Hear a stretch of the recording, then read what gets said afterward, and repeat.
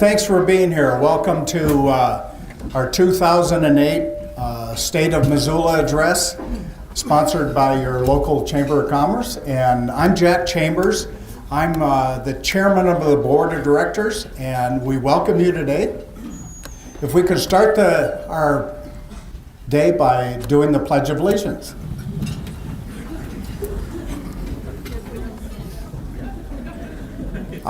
I pledge allegiance to the flag of the United States of America and to the republic for which it stands, one nation under God, indivisible, with liberty and justice for all.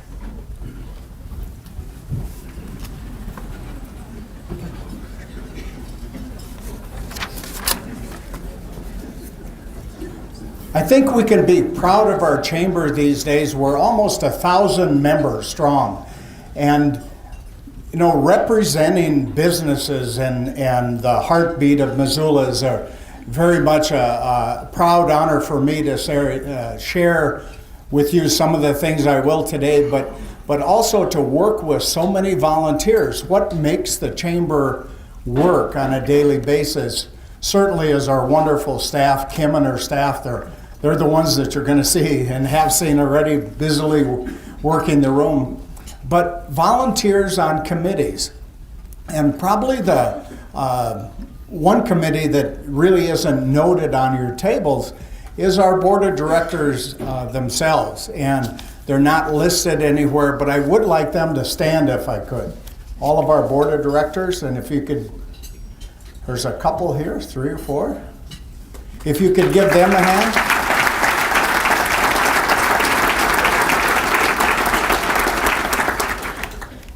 They're who I work with on a regular basis, carrying out the business of the chamber.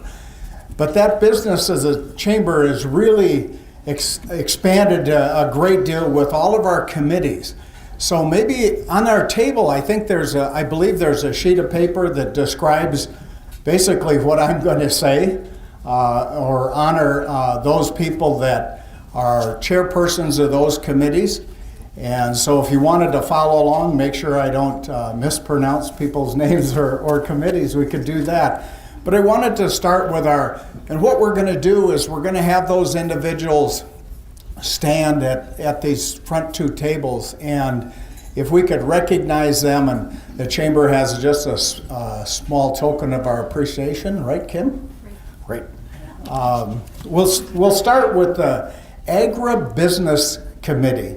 And the Agribusiness Committee is chaired by Scott Meter. And the Agribusiness Committee ensures that we remember the importance of agriculture in our business community. So thanks, Scott.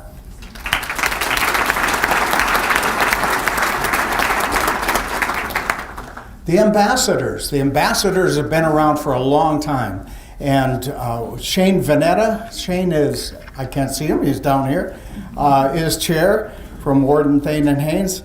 The ambassadors organize the chamber's annual banquet, which if you put that in your agenda for next fall, we look forward to that. And they also visit some surrounding communities on a regular basis. So they are truly ambassadors. And thanks, Shane. Good job.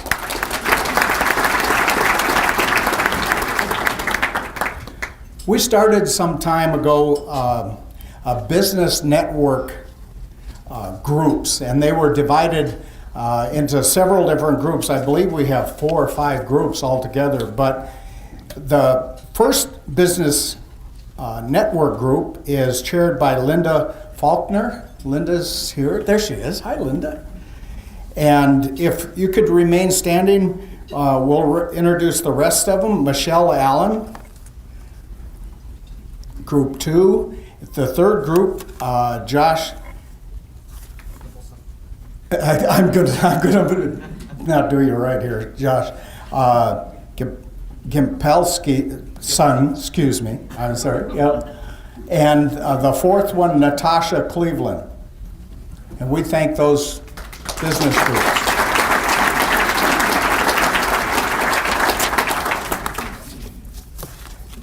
Community Affairs is a committee that meets on a monthly basis also. All of these groups meet on a very regular basis, monthly at a minimum, usually, and even more often than that, depending on when the egg banquet is going to happen and things like that. Community Affairs, Doug Lawrence. And Doug this group researches current business issues, and we talk about some current affairs. And one of the things we're talking about is maybe even changing the name, and because we do get involved in a lot of governmental kind of issues, and we want to thank Doug.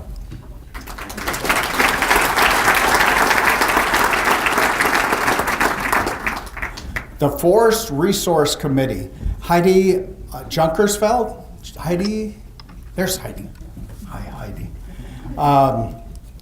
This committee provides education of importance regarding our healthy forest practices provided by, we did a tour in the fall, which is great. If you haven't done that before, I would suggest it. It's really educational. And curriculum to 5th and 7th graders, which is really neat. We appreciate the work that you do. Thanks, Heidi.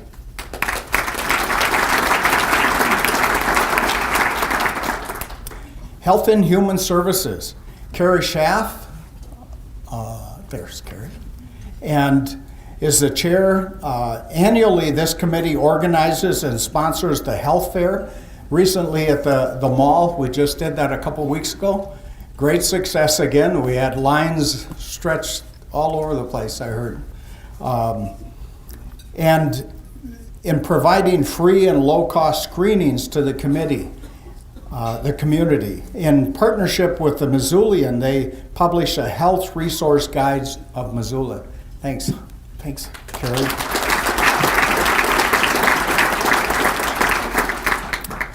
Leadership Missoula. This is number 25. And Leadership Missoula, Kara McCarthy, Kara, right there. And Kara oversees this.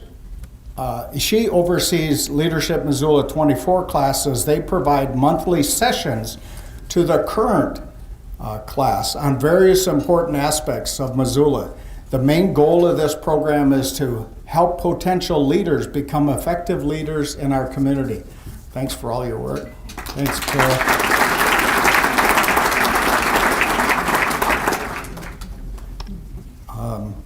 Leadership High School. Leadership High School, like Leadership Missoula, is an important part of what we do. I really get excited about it. I was able to meet a couple times with them this year. They meet all this in the fall, and Bubba Alsop, is Bubba here? Bubba chairs that group, and this year we had close to 30 high school juniors to get together, and what an impressive group. We are in good hands. I really appreciate Bubba's work on that committee, so thanks, Bubba. MCIE, Montana. I bet you couldn't tell me what that stands for. MCIE, Montana Council on Industry and Economy. We decided that name would probably and has been a little vague to a lot of people, and we newly named this committee our Business Affairs Committee. So Neil Maxer, Neil's here. Neil chairs that group.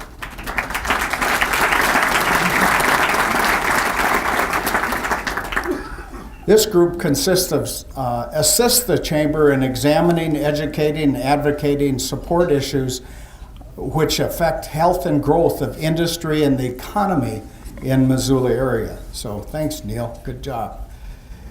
The Redcoats, Jim Decker. These are the guys you see on TV all the time and doing all those fancy, right? The red coat, hence the blue shirt for the red coat. But they host our business after hours if you ever get a chance to attend those. And they do a great job. What a behind the scenes driving force, but with a lot of things that we do.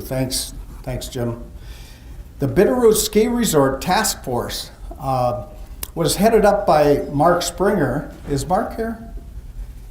Mark had hoped to be here. This was a group we put together this last year, and Mark along, it progressed, and Bob is here? Bob Tusky? Where's Bob? No?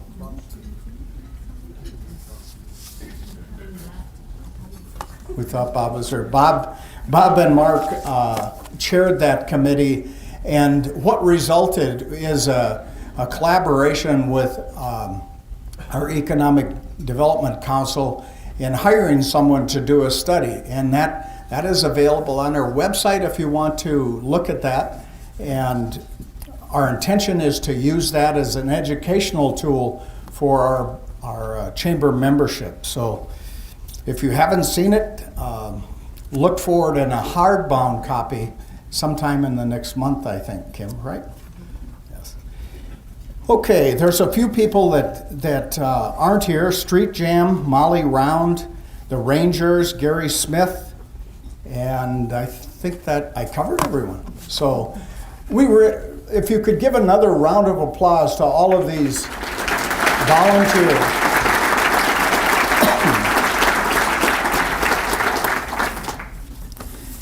These are volunteers that make it happen for your chamber.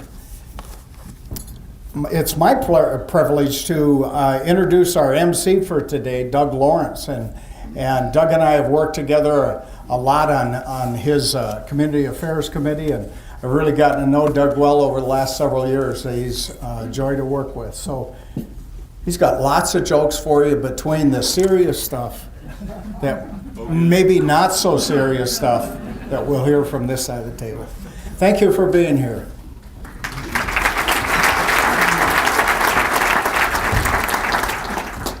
Thank you, Jack. I have the honor of introducing two wonderful giving people here in our community. We'll let those two talk, and then we'll have some question and answer afterwards.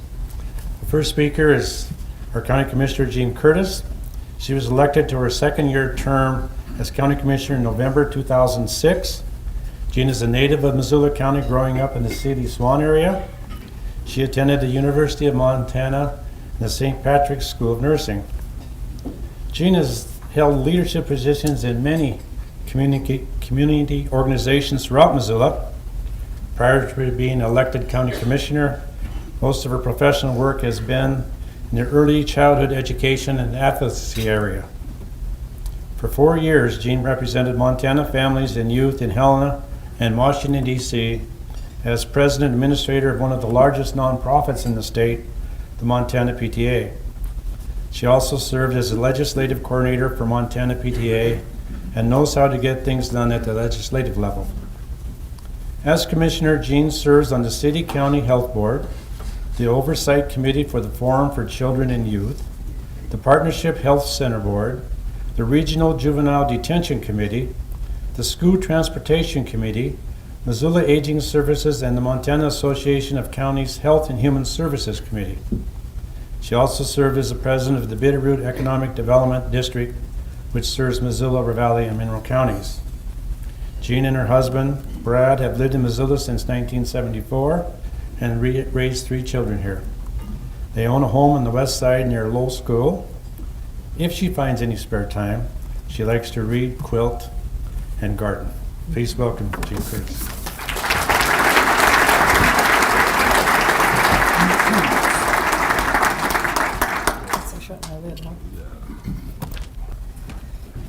Good afternoon. On behalf of Missoula County, I would like to thank the Chamber for hosting this annual event to provide an opportunity to share a few of our successes, challenges, and upcoming projects. Although trying to fit that into 20 minutes is always a challenge in itself. This slide is just to remind you of the elected officials at the county level. In 2008, after 28 years of service as county commissioner, Barbara Evans retired, and Larry Anderson was appointed to fill the remainder of her term. So Larry's here today. Would all the elected county officials in attendance please stand and be recognized?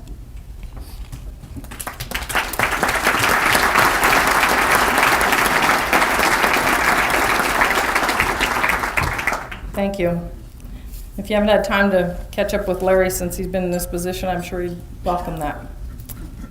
The following photos were taken by cameras that the county has on our mountaintop communications towers across the county. So this one is on point 6. This was New Year's Day, and those cameras are probably not the highest in pixel level, but it's amazing that the snow that we got that day.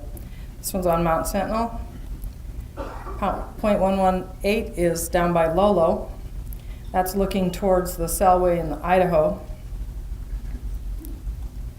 Blanchard Creek is up near Clearwater Junction. Pierce Lake in the Condon area. So we use these cameras to monitor the sites. The weathermen even sometimes call and say, what's it looking like up there? And to see if there's visitors snooping around, which range from people to wolves. One of our sites has a wolf pack that dens around there. And so the Forest Service was surprised that we knew they were there, the Fish, Wildlife, and Parks. I guess the best thing about this is that we have some snowpack this year, and aren't we glad for that? Not only for skiing, but for the moisture. Economic conditions in Missoula County have remained good. We continue to be the largest trade and service center in the state following Billings, and the projection is that we'll pass them one of these days, since this side of the state seems to be the growing side. The growth projection, however, is down some, and this comes from the university, that our projection is 3.8% down from 4.9. So I think some of the things that we've been seeing nationwide will probably be affecting us. Most of the trade center and service activities are 33% is labor, income, and basic industries, followed by the University of Montana and state government, which is 18%, federal government, 14%, wood and paper products is still 13%, transportation, 13%, non-resident travel and other is 9%. Internally, the county has maintained a strong financial position in 2007.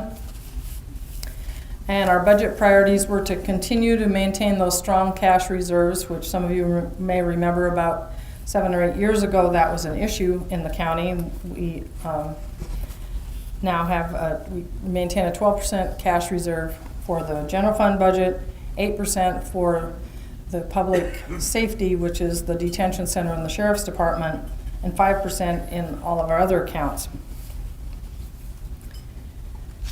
Two of the major capital projects that we've been working on are some projects within the courthouse to bring, the courthouse actually will be 100 years old this year, the old part. And so therefore you can imagine that the heating and cooling systems were probably a little different then. So we've been doing some things there. We've been doing some renovations in the annex. And I'll talk a little bit more about those projects in a bit. We also are planning to construct a new public safety building. The county owns the land between Broadway and the detention center, and that's where we plan to put this. It would house the sheriff's department and the 911 center. You know, the 911 folks are that's one of the more high-stress jobs in the county, and we have them in a little hidey hole in the basement with no windows, with nowhere to expand. And it's not a good working conditions, and we really do need to expand. We need more dispatch seats. So that's part of it. And the emergency operations would also be there with a regional training center. And I'll talk about that a little more too. This microphone is scary. Some of the challenges will be that economic slowdown will probably mean we have to look at our budget a little more closely this year. We haven't begun our mid-year budget reviews yet, but our departments continue to monitor their spending, make projections, and look for efficiencies. And as we do more and more online, less staff may be needed in some departments. Unfortunately, the demands in the court-related departments continue to grow.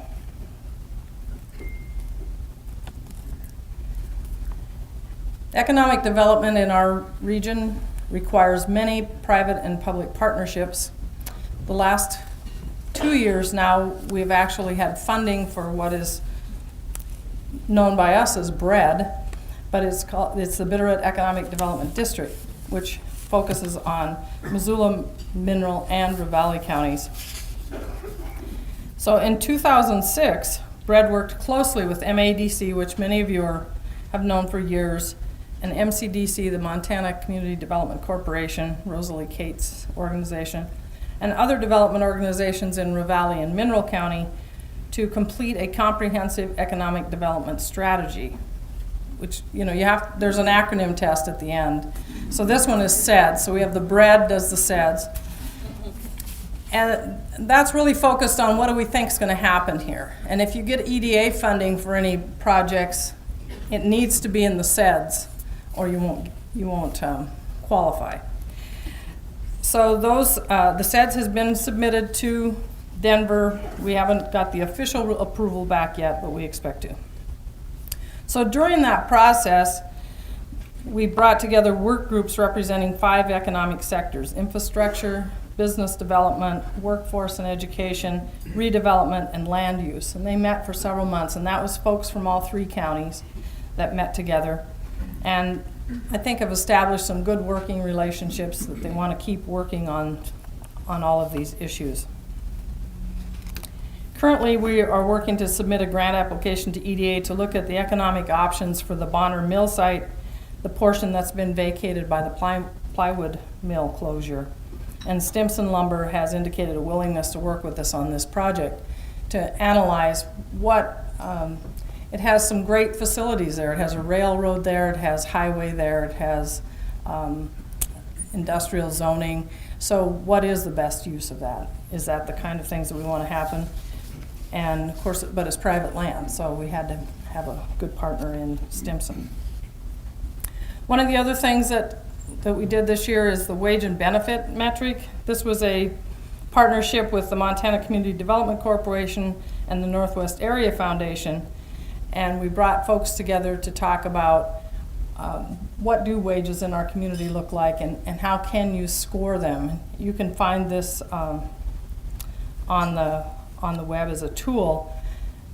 So just because you pay somebody $15 an hour doesn't mean that's a better job than somebody who gets $12 an hour and benefits. And I'm just throwing those numbers out just as an example, but it really made people think about what is it that we want to offer people to have them make a good living, but also to be a good community for them to live.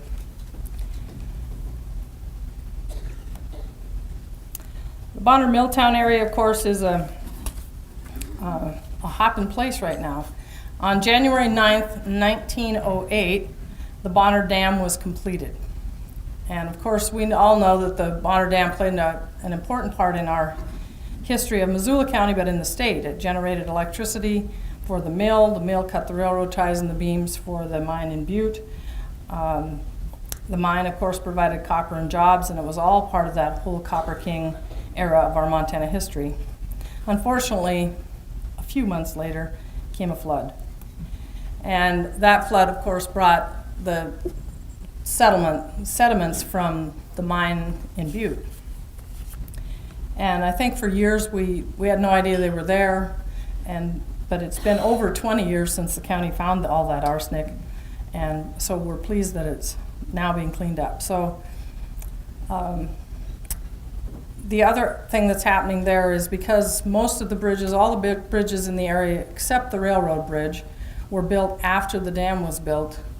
When you remove the dam and change the water level and the way it's going to swirl around the piers that hold the bridges up, it's not going to react the same way. So the highway bridge, if you haven't gone through Bonner lately, you don't drive on the highway bridge, you drive down on this, what they call a Bailey Bridge, kind of an erector set bridge, and go down. You could get to have a really nice view of what's under there.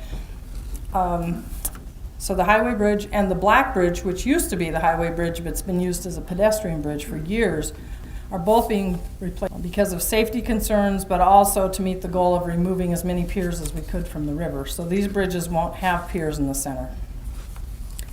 The Black Bridge is one that we'd like to give some credit to the community for saying, you know, lots of things are happening in our community, but we'd really like to be able to have something historical here, and they picked the bridge. So they wanted us to save the bridge for pedestrian use. And thanks to Tim Elsey, our engineer at the county, he figured out a way to take that bridge, which is called a camel hump bridge, so it has the 2 humps on it, which means then it needs a pier to support the center. Take that bridge apart and make it into a single span bridge and put it back on and serve as a pedestrian bridge, but also maintain that history. So we're thankful to the community for saying, don't throw everything we've had away, and for Tim for working on that. I hope this is a bigger picture there, but you can see this is an amazing picture of what was going on last fall. You can see in the foreground there's the dam and the powerhouse, which they're working on the powerhouse right now. You can see the freeway bridges, the railroad bridge. But what's the amazing part is that whole setup they have out there in the middle of the river, that they're taking the sediments out. They will soon reroute a lot of things. We haul the sediments are taken by train to Opportunity to be put in a repository. It's been there for years and years and years. The Anaconda Company built it years ago to put stuff in. The fortunate thing is that the sediments coming from Missoula County are not good things to have in the river. They have copper and magnesium and all kinds of things that aren't good to be in the water, but they do grow things. So they will be able to cap all the stuff that's there and hopefully grow grass so that we don't have the dust storms that they have there often now. Powerhouse is going to be removed in the next couple months.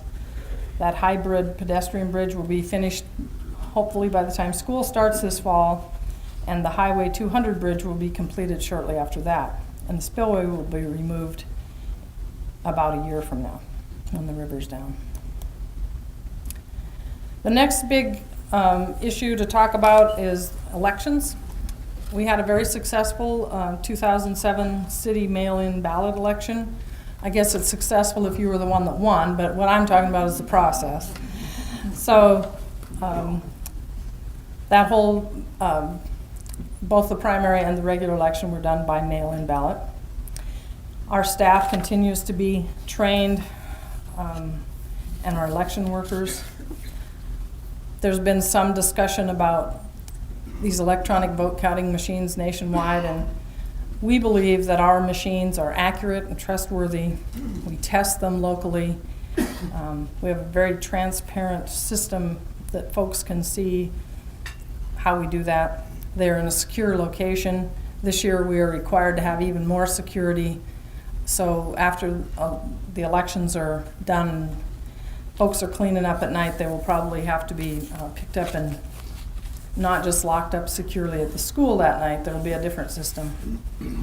We have a check and balance system. I know that, I'm sure all of you vote, and as you put your vote in, the little number there says now 200 people have voted. And the next person comes up, it says 201 have voted. If somehow something happened to the machine and it quit counting, we have paper ballots. We can count them, but we have people standing there that know immediately that something happened. So we're very proud of our system and our folks. Vicki Zier does just an amazing job. She has been very involved in election law and implementation. In 2003, she was appointed to the Federal Election Assistance Commission Standards Board. The state has requested her help in rewriting the Montana Election Handbook. She's currently working on a vote-by-mail pilot program for 2010. She's also helped do training for some of the smaller counties across the state. Some of the challenges for this year: the school election will be the first week of May. The presidential primary and all the other things that go with that will be the first week of June. Because they're very close in time, the staff is going to be very busy. The other thing is the school election will probably be by mail. And In the last several years, since you don't have to be out of state or have any other reason for voting absentee, there are folks who are on the permanent absentee list to have their ballots mailed to them. Their ballots, both those ballots could actually be in the mail at the same time, going one way or the other. So folks are going to need to pay attention to put the right envelope and the right ballot in the right envelope, because when they come back, if it's an election ballot that says it's for the school election and you happen to put your primary ballot in it, it's not going to get opened until we count ballots for the school election. So we all need to make sure we read, and Vicki's going to be doing some great promotional stuff to help people understand. They'll probably be color coded, but it puts a real strain on our staff. Then there's just the whole logistics related to same-day registration. If you remember in the 2006 November election, we had folks lined up in the courthouse voting until 10 o'clock. In Bozeman, they had them later than that. If you want to vote, sign up and vote, that's great. We're glad that people can decide at the last minute that, darn it, I didn't even get registered to vote. Do it early, please.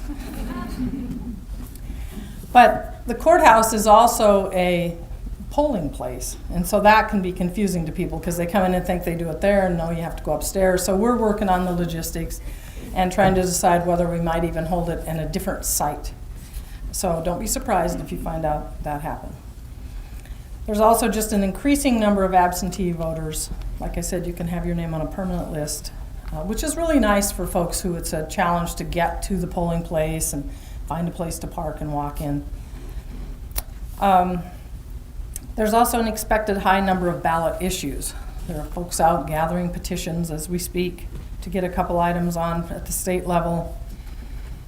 That means that we could have a ballot that's 5 or 6 pages long. So then you have the challenge of how far do people read? And if you put local issues on the ballot, they're the last things. They're required to be that way. So make sure you read all the way to the end. It's another reason, if you'd like to have the time, to have it mailed to you.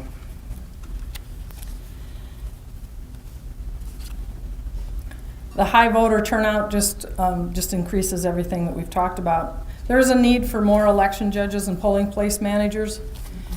It used to be that you went to your school and the same little smiling lady always sat at the same table and you knew where to go. You didn't have to know which precinct you were in. But now we have all these other machines and requirements and different things, and some of those people have gotten tired, and it's a darn long day. You start at 6 o'clock and you get to go home at 10. So I would suggest that if you are a business owner or manage a store for somebody or whatever, maybe you would talk to your employees and give them the opportunity to take a day off. They'll also need to attend training, but Vicki does a great job on that. And we did get the state law changed so that we can pay more than minimum wage. It's not a really high wage, but it's more than minimum wage, which it always used to be in the statute that it had to be. One of the things that we're real proud of is that we worked together with the city in 2006 and passed an open space bond, $10 million bond for open space, with 70% of the people in favor. So then in 2007, the Missoula County appointed our own Open Lands Citizen Advisory Committee to review projects that come forward. The projects in the Missoula planning region, which is kind of the valley, are reviewed by the city's Open Space Advisory Committee as per our interlocal agreement. These are the projects that we've already funded this year.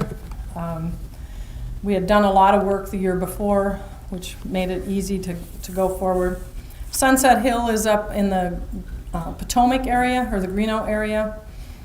That project preserved timber, agricultural land, and wildlife corridors. It also allows some controlled public access. It's a block management hunting area.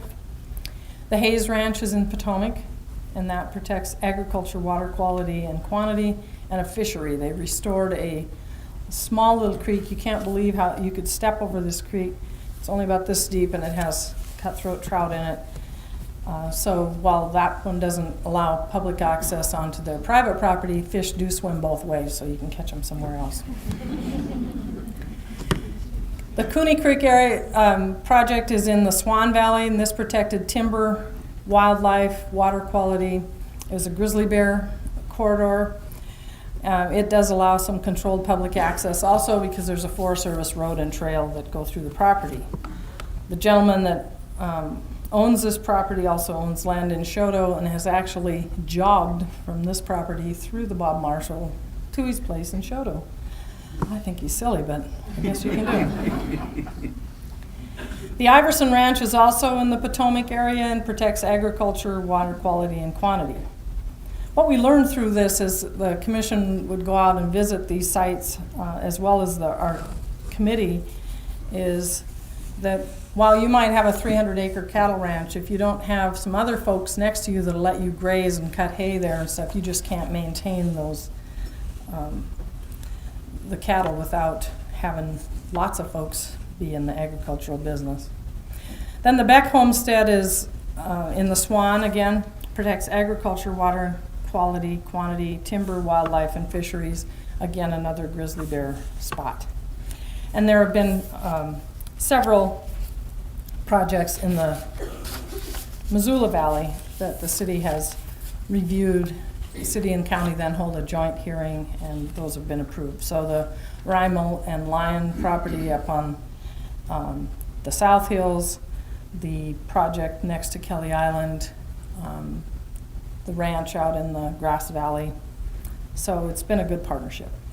And thanks to the voters for giving us that opportunity. One of the things the city and county are working on together is what we call UFTA, Urban Fringe Development Area Plan. You know, we have to do the acronyms. I said there's a test at the end.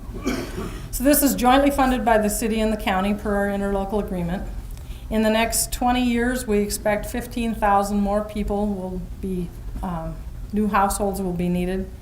And so it's the old question of where are we going to put them? Where should we put them? Why should we put them there? And the staff has been working on this with some outside input since September. So this is really a neat project. There's a great booklet that's been put together now, but it's also all these maps and such are available on the OPG website, so you can go to the city or county's website and link to OPG. So some of the things that they've been collecting is data on what are the constraints on the land, where's the floodplain, where are the hillsides, where do the grizzly bears live, hopefully none of them real close to town, since this is focusing on basically the urbanizing area right around the city. But where is the public infrastructure? Where's the public sewer? Where are community water systems? Where are the wells? Where are the septics? What are the capacities of the road?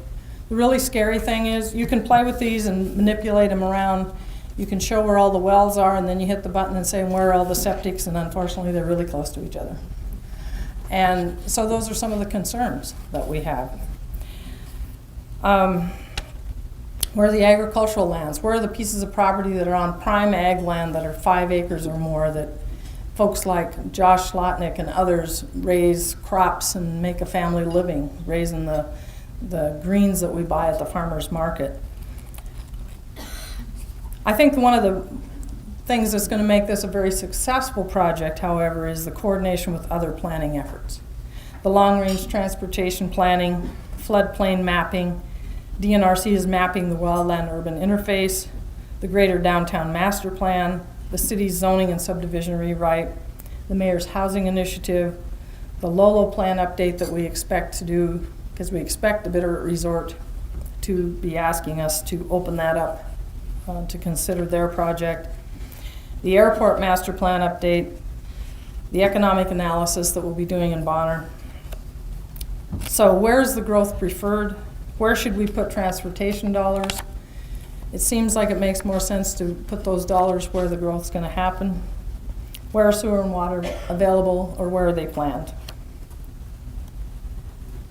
The next steps will be to present these, this data, these maps, and all the information they've gathered to the community councils, neighborhood councils, and other stakeholders. Then we'll be developing and testing what we call a growth allocation scenarios. How many more houses should go on the Rattlesnake? How many should go on the west side? Should some of them go to Bonner? Should some go to Lolo? Those are the kinds of discussions. So we hope that you'll get involved in that. Growth policy amendment then this summer to provide a framework to fit those growth allocations in. And then we can begin working through the budget process. We'll decide if this is still a priority, which I'm imagining it will be, to begin working on neighborhood plans that will incorporate these growth allocations and develop zoning concurrently. A couple things that are going on in the grants section. We have two really successful programs that we've received national recognition for. The Crime Victim Advocate Program and the Missoula Forum for Children and Youth have both been recognized for their good work across the nation. Unfortunately, we're doing such a good job, sometimes people don't think we need any more money, but mostly the federal grants are kind of drying up in this field. The one for the Forum and Youth we're coming to the end of that cycle, and it's not one you can reapply for. The Crime Victim Advocate one, they've all of a sudden decided we're not rural, so we didn't count. So we've been working with new ways to fund those programs. We've been working with our state and federal delegations to try and find more money. Again, these are highly recognized programs. They're things we wish we didn't have to work on, but 829 victims of violent crime in the past 6 months have been served by the Crime Victim Advocate's Office. Unfortunately, those numbers don't seem to be going down, and we'll be losing that major funding source. The Forum for Children and Youth, I hope that you read the op-ed in the paper that Yori Fracke, who's our staff person for this forum, did, just to talk about how we have been successful in reducing the underage drinking in our youth. But the work needs to continue. I just had to throw this one in because I've been working on this for 3 years and I finally got my act together and did it, was to offer a prescription drug discount card. This comes from the National Association of Counties, and all the pharmacies in Missoula County have been very open to this, any way to help folks. In December, over 800 people in the county used this card and saved their families money. So this is for folks who don't have any prescription coverage. Or if you have some, it's Caremark, so a lot of you may have that as your coverage anyway, but it can be, they can compare and see which one's better. So I'm pleased that this simple thing, it's kind of like getting a grocery store card. You just go in, you get it, and you use it for your whole family, and you can use it anywhere in the United States then that accepts Caremark. Space planning. For over 2 decades, the county's been struggling with space issues. The past couple of years, we've made a concerted effort to understand our needs and plan for the next 20 years, and here are our conclusions. The current historic courthouse in the annex will house our law and justice service providers. So that's district court, youth court, clerk of court, justice courts, and the county attorney. Now some of those, as you know, are state, like the district court, but we're required to provide their space. So this is an area that we, unfortunately, as I said, expect more growth. We'll probably reach a point where we need an additional district court judge or a standing master and an additional justice of the peace, and additions to the county attorney's office and clerk of court staffs. So our calculations show that pretty much all of the annex will be needed to add to the courthouse for that use. The other space is the new Public Safety Operations Training Center. As I said, to be built on out on Mullen Road at Mullen and Broadway. And we have, like I said, set aside $4 million for that. We've also received some federal allocations to pay for some of the communications stuff there. So that means, where do the commissioners go? Where does the motor vehicles go? So we're looking at locating the administrative services.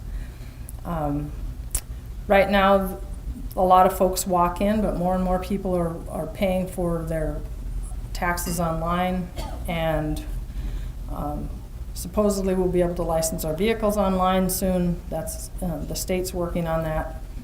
So we have two options we're looking at: build a new administrative center on the land owned by the county a few blocks from the courthouse, or integrate it with the Public Safety and Operations Training Center. Improving public access and efficiencies and costs will influence that decision. So right now, an architect is working on some of those items for us. Reverse 911, we're pleased that we have this up and running. It's taken a little while. This means that if there's a fire or some emergency up the Rattlesnake, for example, we will be able to call everybody up there with an automated calling system to say, you know, here's a danger, please get out. And if you don't answer the phone, when you get the message, you'll push 1 or some number, and it will, whatever it tells you, and it will let us know how many people got the message also. So we're pleased that this could be used. It could be that a criminal's escaped, it could be a fire, it could be most anything. And you don't dial 119, somebody asked me that one day. The fire season, as you know, we had a big fire season. She's given me a sign saying I'm almost done, so I'm going to keep going. But we're just thankful that many fires were attacked before they ever spread. We did, however, have 3 fires that were top in the nation for a while, and this is exactly why. This is Seeley Lake. You can see the lake, and that fire was only a mile away. So thank you for all the folks who came and helped us with that. There's some unbudgeted fire labor costs, $335,000, a little more than that. We expect to be reimbursed for $281,274.88. We are glad that we could set up the call center that took some pressure off the incident command. So ways you can help: register to vote early, choose one voter address. If you moved here from Lewistown, tell Lewistown you're not there anymore. Save everybody time. Read the ballot, offer to help out. Have an emergency plan for your family, do fuel mitigation, abide by fire danger closures, support funding efforts for this crime victim advocates in the forum. Also get involved in the UFTA community discussions, take part in the long-range transportation planning, and give input to the growth policy. So I'm at the end. Following photos were sent to me by a friend, and they're credited to Mike Terrick on here. They came through the internet. I have no idea who Mike Terrick is. This is in Yellowstone. So we can continue to approach growth in a reactive way. Looks like something might be cooking along the edge. Only to look up and discover there's been a population increase in our neighborhood in the wildland-urban interface. Others have discovered why we lived here, or look up and see that there are 900 people lined up to vote, or there's way too many people in the court. So we can say, please not yet, get out of here. We don't have the infrastructure in place to serve a new herd of folks. Only to discover growth is not going to be easily discouraged, and we can barely keep ahead of the herd.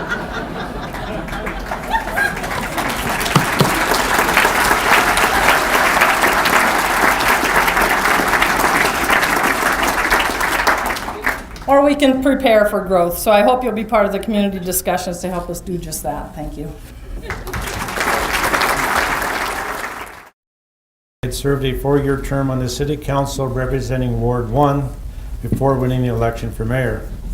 John is a Missoula native, attending Hellgate High School, and graduated from the University of Montana with a bachelor's degree in journalism. Before entering public service, John worked for 15 years professionally in the newspaper business in hometown of Missoula. An award-winning writer and editor, his newspaper career began at age 17 when he was invited to write a humor column for the Missoulian. John has also managed a media division for the Montana retail chain, and most recently his own advertising, public relations, and publishing company known as Engen Creative. In addition, he owns a travel agency with his wife, Tracy. John has served on a number of volunteer boards and is past president of the Missoula Downtown Association, Young Audiences of Western Montana, and the Missoula Food Bank Board. He continues to help many organizations in their various funding events as an MC, auctioneer, or clown. The Ingans live with a greyhound and a cat in the Rattlesnake Valley. Please welcome Mayor John Ingan.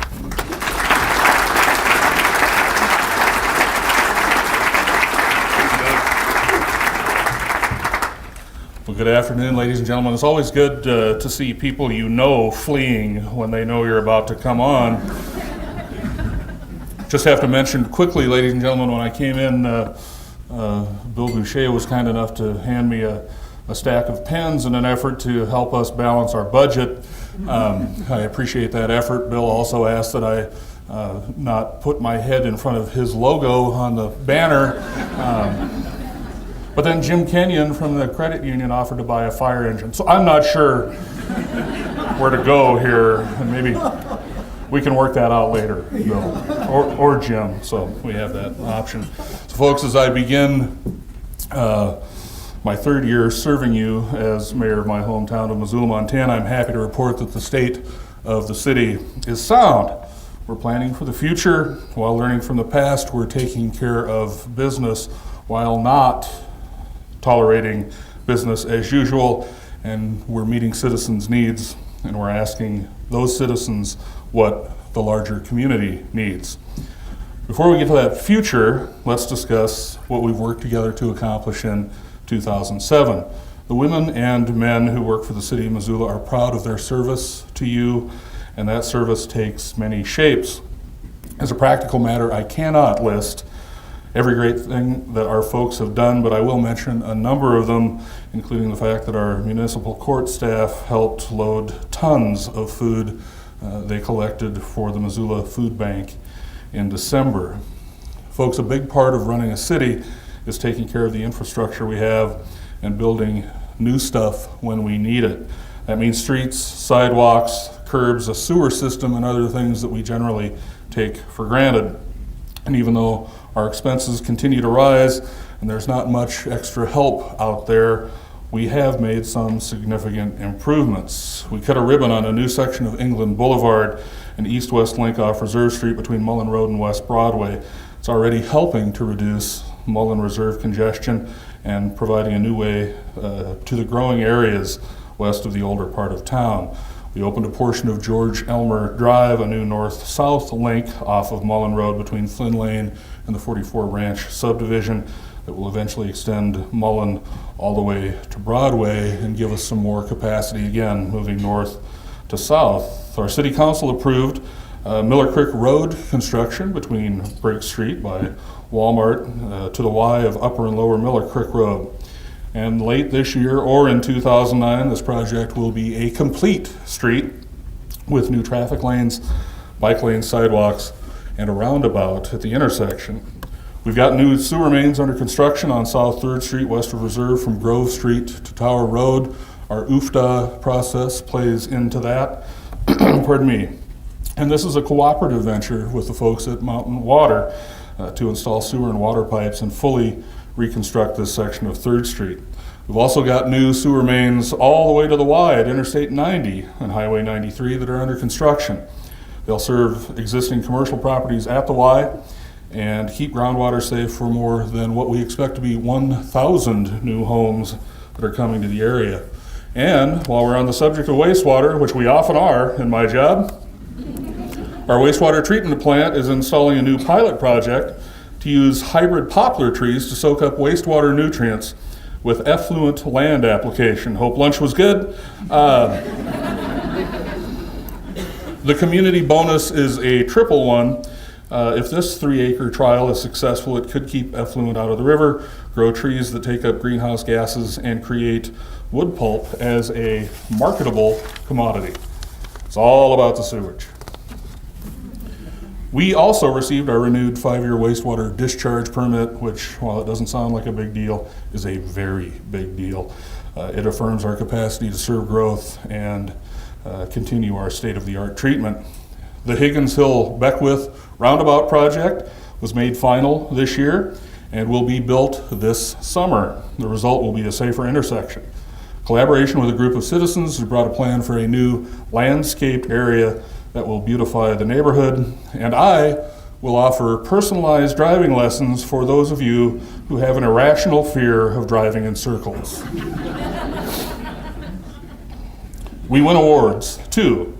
Our Brooks South Russell Improvement Project won the 2008 Grand Project Award and Transportation Honor Award from the American Council of Engineering Companies of Montana.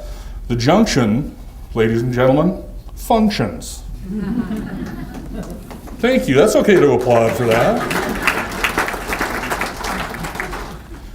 And of course, our wastewater treatment plant upgrade won the Environmental Protection Agency's 2006 Pisces Award for performance and funding.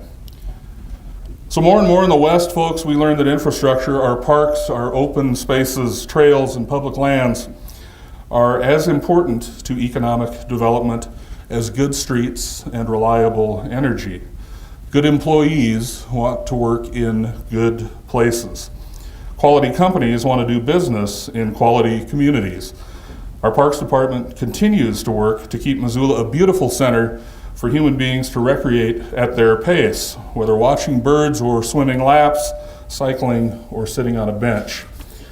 We're exceptionally proud of the new South Hills conservation easements. In cooperation with the county, 1,000 and better acres of open space are permanently protected up on the South Hills, which includes a public trail easement granted by John Reimel and his family along the edge of an 80-acre ranch. In September, we broke ground finally on a 50-meter pool at Splash, Montana, and it is under construction now. More trail connections. We have an underbridge trail connection to UM, the Froelich Trail on the North Hills, and the Mo-Z Trail on Mount Sentinel are all completed. We've completed a master plan for LaFrey Park, and construction is planned for this spring, and the same holds true for Pineview Park. We had a successful season at Mobash Skate Park. I was not allowed in. Splash, Montana, and Currents, and we've had a tremendous increase in participation in our sports and wellness programs, and we provide scholarships for folks who just can't pay. We're moving forward on the work to extend our Milwaukee Bike Pedestrian Trail westward from Russell to Reserve in the River Road area, and that's a neighborhood that doesn't have enough parks compared to other neighborhoods in the city.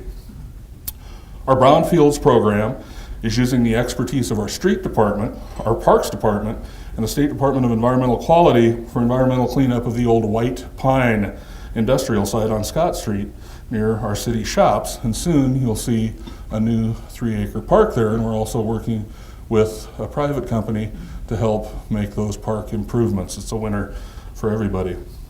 And speaking of green, my Climate Change and Sustainability Advisory Committee is working on a demonstration project to show what residential conservation can do to save money and resources.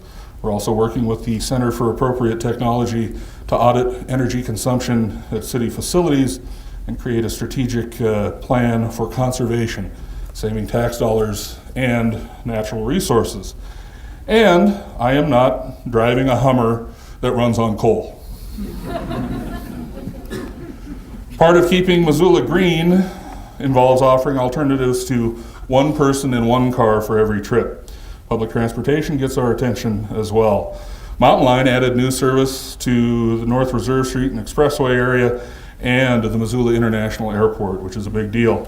We're now the only public transit agency in Montana that provides regular fixed route service to a major airport, and we do that 12 times a day.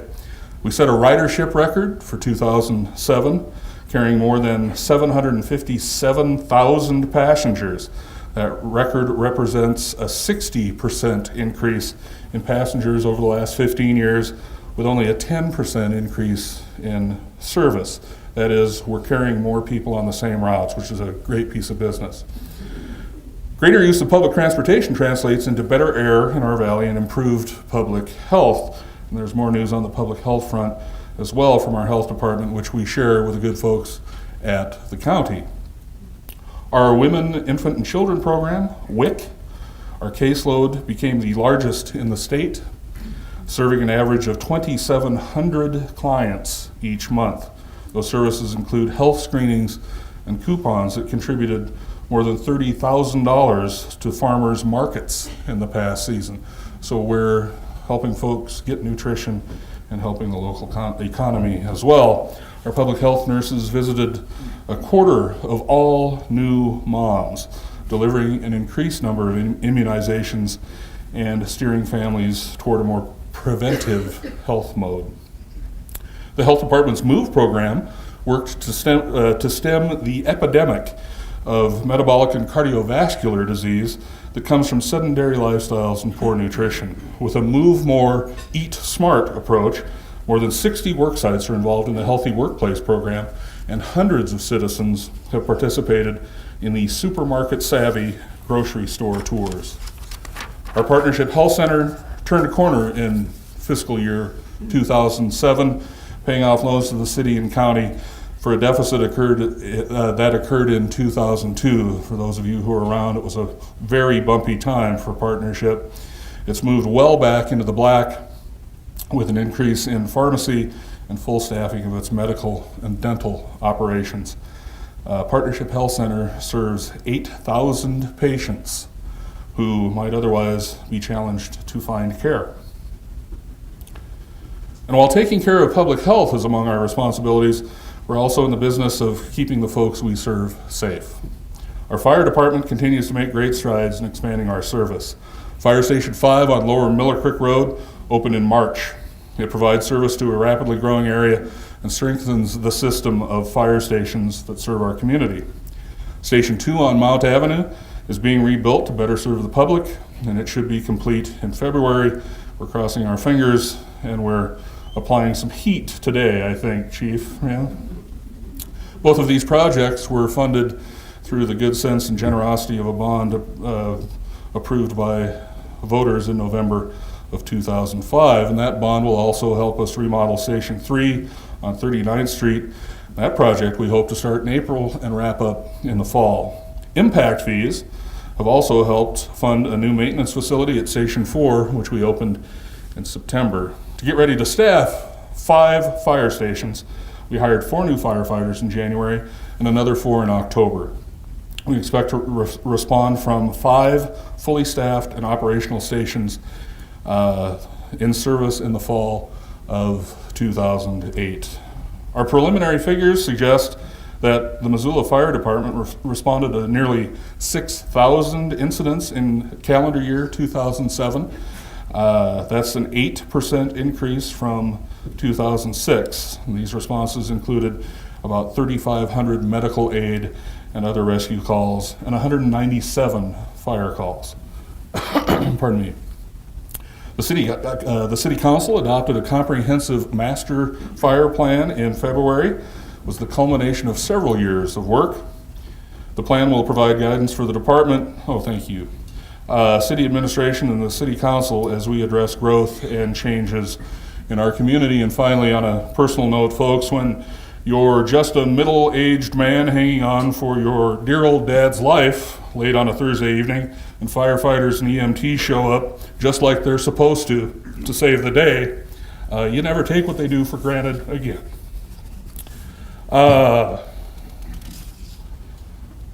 Police? We still have those too, don't we? Our police department continues to keep us safe while being one of the most progressive departments in the country. Overall crime in the city was down 18% in 2007, mostly due to a drop in property crimes and other nonviolent offenses.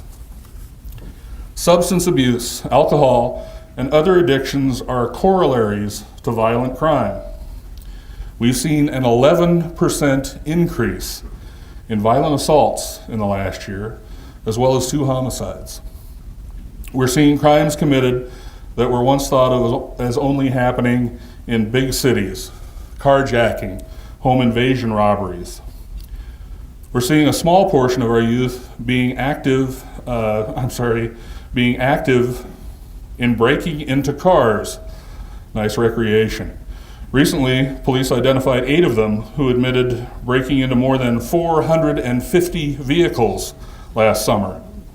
6 others have been arrested in connection with graffiti in the city, and in the last 6 months, there were 732 incidents of criminal mischief. And that's why we have police officers. Folks, That said, our police staff's hard work at enforcing drunken driving laws has resulted in the state's highest arrest count. That's 873 DUIs in 2007. And a lot of that funding provided from the state. With that funding, the police department has been active in curtailing service of alcohol to underage buyers. A full-time quality of life sergeant has been in place since April and has brought lots of help to the community with issues affecting the livability of Missoula. The department responded to 648 loud party calls in the last 6 months of 2007. To my knowledge, only 3 of those calls were to business after hours parties.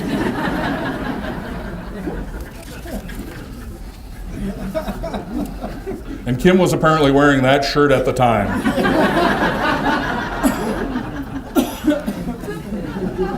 Our middle school resource officers work with our quality of life program to solve problems in the city's elementary and middle schools. The department continues to provide training to all its members to increase awareness of bias, cultural diversity, mental illness, and improved interpersonal communications. Our staff spends considerable effort to maintain relationships with many community forums, including the GLBTI Liaison, our Indians Peoples Action, the Equity Team, and the Muslim Student Association at UM. This is just one of the many areas in which we work with our friends at the University of Montana on community issues.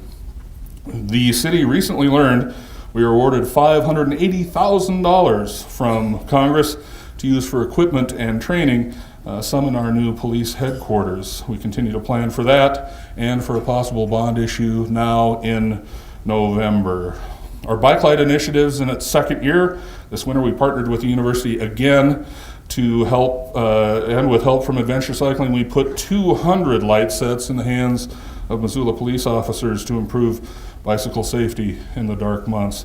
We're assuming those police officers then pass those lights along. And as in so many arenas, we don't do what we do without citizens. They're an important part of our police department and logged more than 5,000 volunteer hours last year. Terrific work. As Commissioner Curtis mentioned, as we grow, planning becomes increasingly important. So we're planning. When I applied for this job, I told you I wanted to reform our rules and regulations so they worked for Missoula. Our Office of Planning and Grants is in the middle of a comprehensive effort to overhaul our zoning ordinance and subdivision regulations. We've already completed meetings with more than 40 interest groups as part of our assessment of the current regulations. It's difficult and time-consuming work, but absolutely essential to the community's future. Through our home and community development block grant funds, the city is directly supporting the development of 90 new housing units, 36 tax credit units at Liberty Lanes in partnership with Homeward, 17 land trust units for first-time homebuyers on Burn Street with the North Missoula Community Development Corporation, and 37 tax credit rental units at the Intermountain site with the Missoula Housing Authority. OPG has also begun to collect data to support establishment of growth targets for the urban fringe, the area on the edges of town that's included in the wastewater service area. The project is called, as you heard from Commissioner Curtis, the Urban Fringe Development Area, or UFTA, as it's pronounced, UFTA, which makes a Norwegian American mayor very proud. Staff doesn't know this yet. We're also working on another program. It's called Living Up to Expectations for Improved Service and Knowledge, or Lutefisk.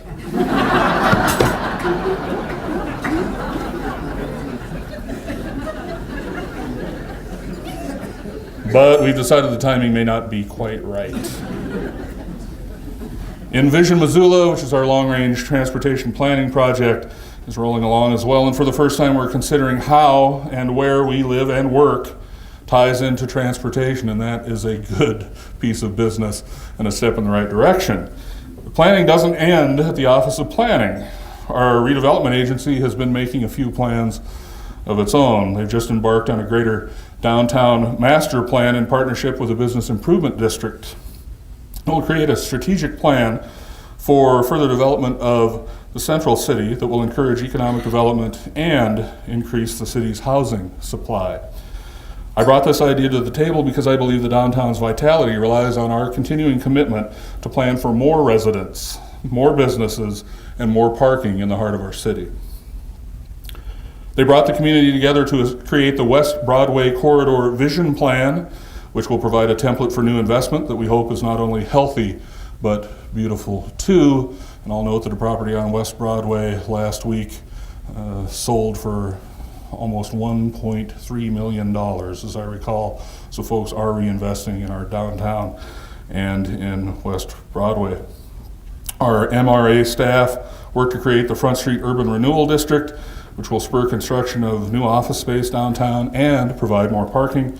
We're partners in an investment of more than $20 million in downtown Missoula. Our final approval of the Safeway St. Patrick Hospital Development Agreement and bond issue means that construction of a new full-service grocery store downtown and an expanded St. Pat's campus are on the horizon. Pardon me, spaghetti repeats. This project is another step in what I believe is an exciting future for the Riverfront Triangle. Our MRA leadership is working with my mayor's housing team to develop a strategy for use of tax increment funds to address affordable housing issues, and you'll be hearing more about that over time. We work hard in challenging times to safeguard the financial health of the city. This year, for the 10th year in a row, the City of Missoula drew the Certificate of Achievement for Excellence in Financial Reporting from the Government Finance Officers Association.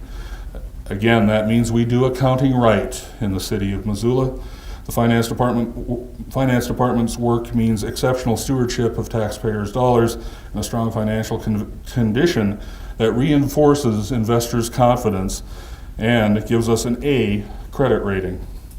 We also received a perfectly, quote-unquote, clean audit, which is always a good thing, for fiscal year 2007 with a high vote of confidence in our financial and reporting practices.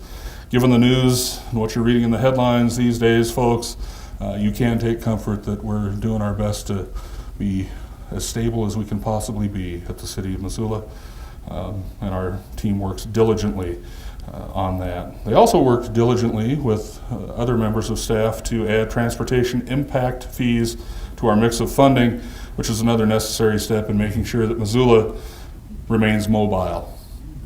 And we're recognizing that we can't continue to do business as usual in today's economy. In 2008, my staff, the City Council, and I are reaching out to the community with a citizen survey designed to add a little science to the fine arts of government and politics. I talk to lots of folks I serve every day, formally and informally, but I'd like a report card. And I'd like to check back every couple of years to see how we're doing. I'd also like to learn more about how folks think we ought to pay for maintaining and expanding our services, or if those services ought to be expanded. If we're going to grow well, I believe our citizens, the council, our legislators, and our governor will need to help us explore alternatives for funding, ranging from maintenance districts to state investment in infrastructure to that damned local option tax I keep bringing up. We are going to work together on a strategy to keep Missoula strong, and frankly, I think Montana needs a strong Missoula. We're going to be talking to you about housing for the folks who work for us, police officers and teachers, nurses and firefighters, the folks who fix our cars and care for our kids, our friends and our neighbors. Today, all things being equal, 3/4 of Missoulians couldn't buy a median-priced home here.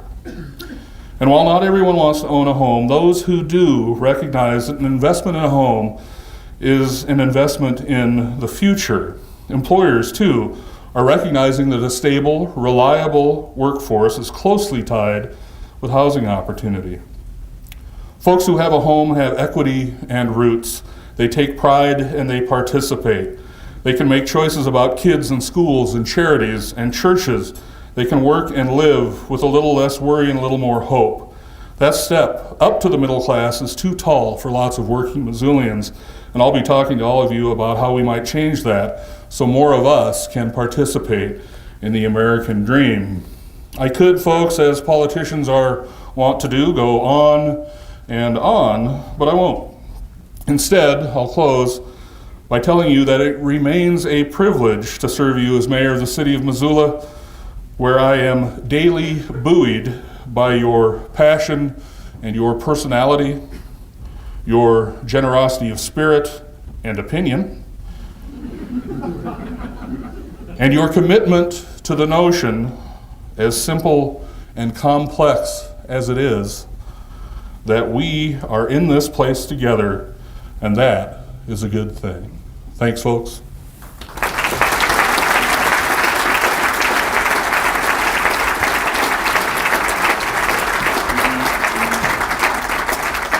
Thank you, John. We do have time for some question and answers. We have a couple microphones that we can circulate so everybody can hear the question. We'll try and pick somebody for a question, and we'll give the on-deck person the nod. Any questions? Any questions of our mayor, commissioner? They all went to sleep. Yeah. Is there any public comment? They're all studying for that acronym test. Jim? Can you hear me? I'll ask the question since I have the microphone.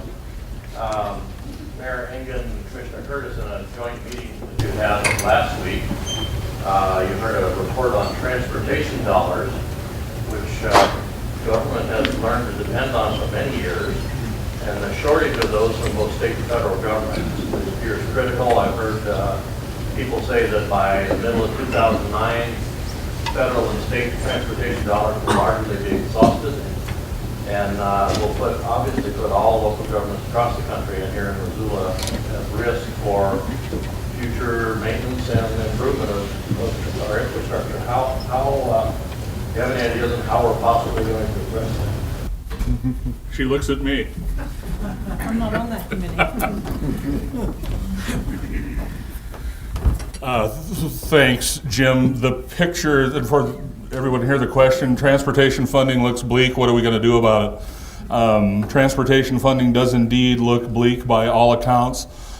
Frankly, for us, in some ways, it's been bleak for some time. So we've been talking both internally, and we've been talking with some of you all as well about some of the alternatives for maintaining and building new stuff. And that's part of what the community conversation has to be. I mean, we have some alternatives that we could employ in Missoula that haven't been used elsewhere, for example, for simple maintenance of streets in other large communities in the state. The cities, the municipalities have established maintenance districts, which in effect is another tax. It shows up on your tax bill, and everybody pays a portion that just goes to maintaining streets. And that can be, in most cases, approved by a council action, but that's a piece we need to talk about. We had a road project on the south side of town called Hillview Way. The council rejected a special improvement district to get that project done, and one of the things that we were hearing was more folks need to pay for that. Well, we haven't heard from the other folks who might now be invited to pay for it. And in effect, what we end up doing is sort of dividing the pain and trying to understand how to spread it. That's the fundamental question that is before us. How do we share the burden of paying for maintenance of our infrastructure and improving it? We have a stretch of road called Russell Street. We've been trying to fix for the better part of a decade now. It's 1.5 miles, ladies and gentlemen. By the time we're done, we may have $30 million invested in 1.5 miles of road that will have taken us 12 years to build. We started that in about 2000. Things are much different today, and by different, I don't mean better. So we have clear challenges, but we also have tremendous opportunity. If we can figure out ways to fund some of these projects locally, we free ourselves of some of the encumbrances of state and federal dollars. That's not to say I don't like that money, nor is it to impugn the state or the feds in any way. It's just easier to use local money. And I think it tends to be far more efficient. So those are some of the questions we're going to ask. And we're hoping to get some answers that help us share that burden. In the meantime, every time I talk to a senator or a congressman, I remind them gently that we have a lovely growing city here filled with voters who would like some help. So.